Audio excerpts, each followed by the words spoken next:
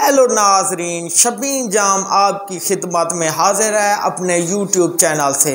नाजरीन, आज का जो हमारा टॉपिक है वो आपको एक सच्ची और हकीकत में जो हम आपको कहानी सुनाने जा रहे हैं उसको बल्कि कहानी का नाम नहीं दे सकते, बल्कि ये एक हकीकत है जो आपको हम आज सुनाते हैं। नाजरीन, ये वाक़या सऊदी अरब के शहर में वाक़या हुआ है और जब ये इस पर एक फ़िल्म भी बनाई गई है जिसको सऊदी अरब में तो उन्होंने दबा दिया है, लेकिन इंटरनेट सोशल मीडिया पर ये नहीं रुक रही, जिसे गोट लाइफ का नाम दिया गया है, जिसके मानी है अरबी ज़बान में हया उल माज कहा जाता है।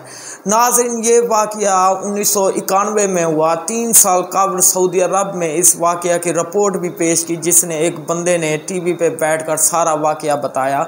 लेकिन आज हम आपको ये मुकम्मल तौर पर बताते हैं कि क्या हुआ था, क्या नहीं हुआ था, क्या मसला दरपेश आया था।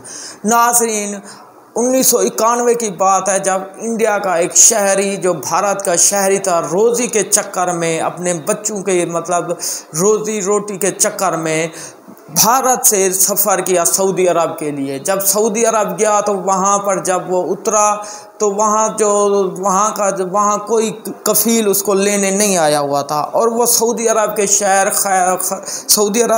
खफारुल बातन में जाके उतरा। खफारुल बातन के जो एयरपोर्ट है उसका नाम था दमाम। वो एयरपोर्ट पर ही बैठा था, उसे कोई बंदा लेने नहीं आया हुआ था।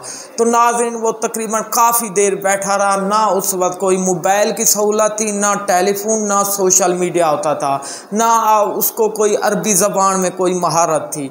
अब वो काफ़ी देर जब बैठा था, परेशान था, कोई उसको कफ़ील या वो जिस वीज़े पर गया था कोई बंदा उसको लेने नहीं आया, तो वो परेशान होकर एक जगह बैठ गया। वो बैठा ही था कि अचानक नाज़रीन, जब वो सऊदी अरब का शहरी था, जो सऊदी अरब का बंदा था, आके उसके साथ बैठ गया। तो ये ज़ाहिर है ये हिंदू था, इंडिया से ताल्लुक़ रखता था, भारत से था, इसने हिंदी ज़बान ही बोलनी थी। उस अरबी ज़बान वाले को ना हिंदी की समझ ना आ रही थी, ना इसको अरबी की समझ आ रही थी। काफ़ी देर बाद एक दूसरे से बातें करते रहे, लेकिन समझ किसी को कुछ नहीं आ रही थी। फिर उस अरबी शहरी ने इसको अपने साथ ले चलने को कहा, अपने साथ ले गया और उसे लेकर दूर सहरा में ऊँट, बकरियां और देगर जो अरबी शहरी जो वो चीज़ें पालते हैं, वहाँ जाके सहरा में इसको छोड़ दिया। और वो एक हफ्ते तक उसको खाना नहीं पहुँचाता था, उसको रोटी नहीं देने जाता था, हफ्ते के एक साथ ले जाता था। बेशक 5-6 दिन वो एक ही मतलब सूखी रोटी पे गुजारा करता था और वो 3 से 4 साल उधर रहा, लेकिन उसको कोई तनख्वाह नहीं दी गई। सऊदी अरब का शहरी उसे तनख्वाह नहीं देता था, बल्कि वो मुफ्त काम कर रहा था। जब वो इंडियन जो शहरी था, जब वो थका, वो परेशान हुआ, तो जब वो सऊदी अरब का उधर आया उस जंगल में, तो उसके राड मार कर उसको कत्ल कर दिया। और राड जो मारा वो बेहोश हो गया और ये भाग गया, वो उधर ही मर गया। अच्छा, जब वो भाग गया, उधर काफ़ी दूर गया, रास्ते में एक सऊदी बंदा मिला, उसको ले गया, फिर उसको पुलिस के हवाले कर दिया। और पुलिस ने वो तकरीबन 4-5 साल वो पुलिस अरबी जो सऊदी अरब की जेल है वहाँ पे वो कैद रहा।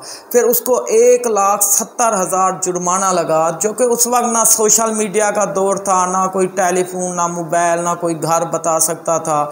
तो जब सारा ये लोगों को वहाँ को पता लगा तो सब लोगों ने पैसे इकट्ठे करना शुरू कर दिए और हलचल मच गई सऊदी अरब में। तो वो जितने वहाँ के लोग थे सब ने मिलकर उसका टोटल पैसे जमा किए, उसका केस लड़ा। तो जब वो सारे सऊदी जो शहरी थे उन्होंने पैसे जमा किए, उसका केस लड़ा। 5 साल बाद जब वो उसको अदालत में उसका बेटा भी, जो कफ़ील का बेटा था, वो भी आया, तो उसने उस लड़के को, जो नजीब था जिसका नाम, उसको माफ़ कर दिया और ये भी कहा कि मैं अपने वालिद की तरफ से भी आपसे माफ़ी मांगता हूँ कि उसने आपके साथ बड़ा जुल्म और ज़्यादती की। जब वो लड़का बाहर आया तो वो सब सऊदी जो जितने शहरी थे उनसे पूछने लगा कि क्या आप भी मुसलमान हो। इसका मतलब ये था कि वो जो सऊदी जो कफ़ील था वो भी तो मुसलमान था, आप भी मुसलमान हो, मतलब हर इलाके हर मुआशरे में अच्छे और बुरे लोग रहते हैं।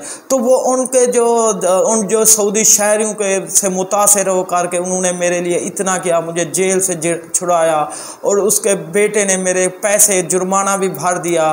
तो वो उनसे मुतासिर होकर वो लड़का मुसलमान हो गया और उसका नाम नजीब रखा गया।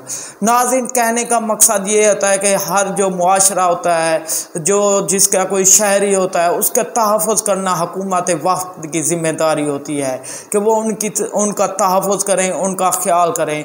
आप अमेरिका को देख लें, इंग्लैंड को देख लें, वो किस तरह अपने शहरों के तहफ़्फ़ुज़ और उनका ख्याल रखते हैं। इसी तरह पाकिस्तान, भारत, बांग्लादेश या जितना गरीब मुल्क हैं बाहर जाते हैं, रोज़ी रोटी के चक्कर में जाते हैं, तो उनके तहफ़्फ़ुज़ और उनका ख्याल करना भी हुकूमत वक्त की ज़िम्मेदारी होती है।